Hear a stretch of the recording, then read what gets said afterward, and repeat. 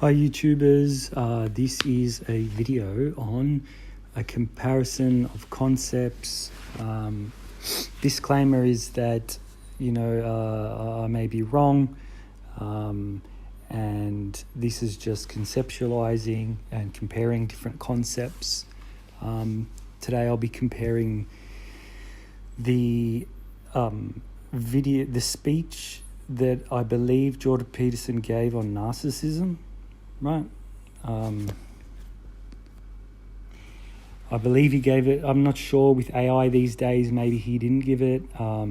Also, the video was not produced by Jordan Peterson. I believe it was a recording that was taken from him and then posted. So, I just don't want to put too much onto Jordan Peterson. Look. It was a speech given. It could be AI. It wasn't. I don't think it was from his channel. But anyway, that's not important. The important thing is that the comparison. So, narcissism, as explained, versus Huang. Now you might say, "Oh, why compare them? It's not a competition." Blah blah blah. It's just whatever. This is mental entertainment, just like everything else. And I could be wrong. So here we go. Now the video. Let me just reframe this by saying that there is an idea that consciousness goes from 0 to 1,000. Now, it's an arbitrary scale. It's an arbitrary idea. It was an idea manufactured or produced by David R. Hawkins, Dr. David R. Hawkins, who's no longer alive.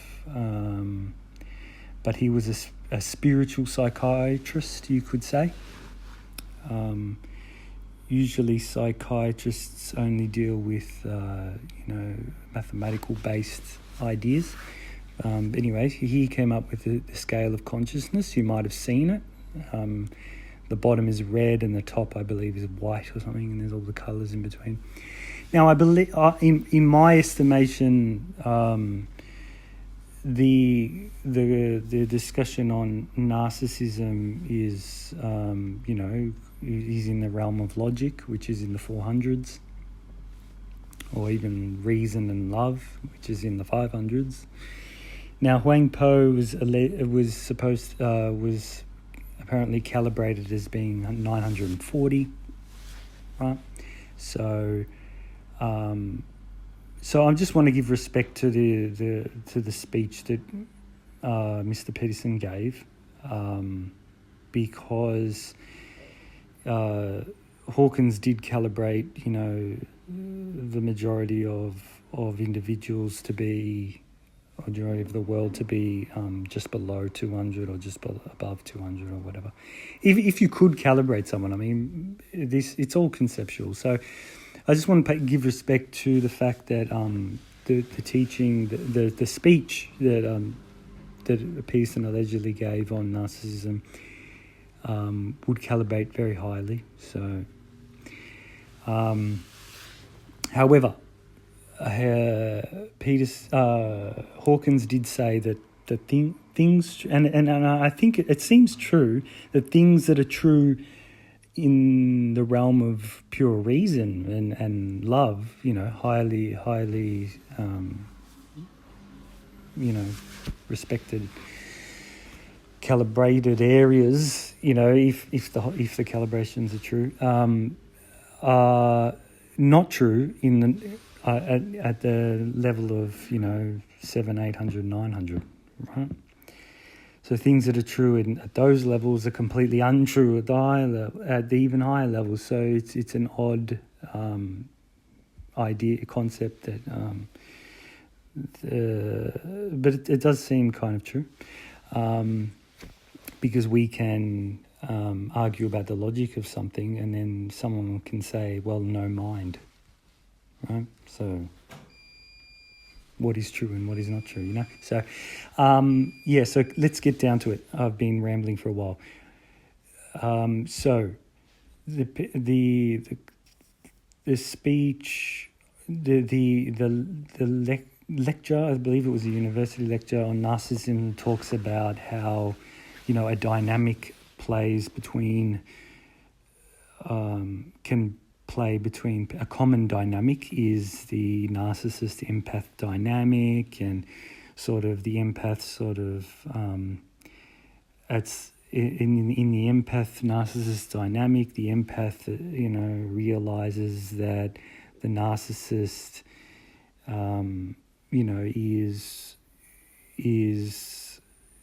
gains sort of a sense of importance from merely being involved in an argument, let alone being right, or the narcissist,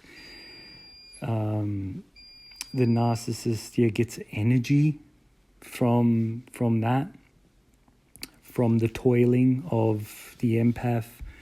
But then once the empath understands that he is very strong, or she is very strong, starts to withdraw from the narcissist's play, sort of swindle, and then the narcissist has to change gears, and provide alternative explanations and blah, blah, blah, and the empath wakes up.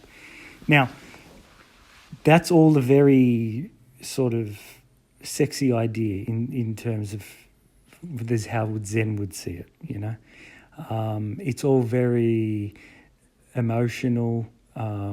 It's a very emotional speech.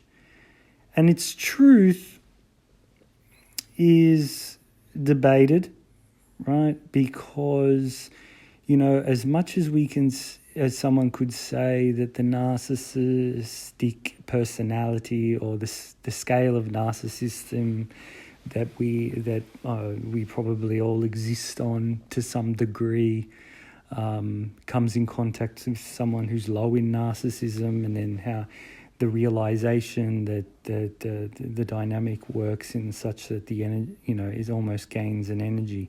The narcissistic ego gains a lot of energy from being, being emotional, making emotional reactions out of things. I believe the empath would also, from the Zen point of view, the empath would also gain energy from being the empath, that story. And so you see in Huang Po's, in the book that was created based, a translation of Huang Po's Dharma, the Dharma of no Dharma, no mind, the transmission of no mind, I think it was called. It says in there, I believe, that those that do good go round and round, eon after eon, and those that do bad go round, eon after eon, doing bad. So from that lens, the whole narcissism, empaths, realization, waking up is again story. Would be considered an arbitrary story, no truer than anything else. And so, it's an interesting comparison. It could be true that, the whole sort of alleged process of the waking up to a sort of relationship pattern and then growing as a person and all that is, again, the addition and intensification of story. Right? Now, that doesn't mean that doesn't give instruction to ignore or to not engage in the story or to engage in the story. It really gives no instruction at all. So I'm not. I'm throwing up these concepts not as a reason or for you to enact to behave a certain way.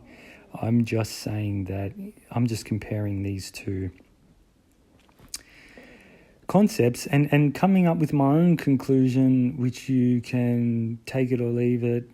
But I believe that these sort of stories don't need to be felt as intensely as I have felt them, as other people may feel them.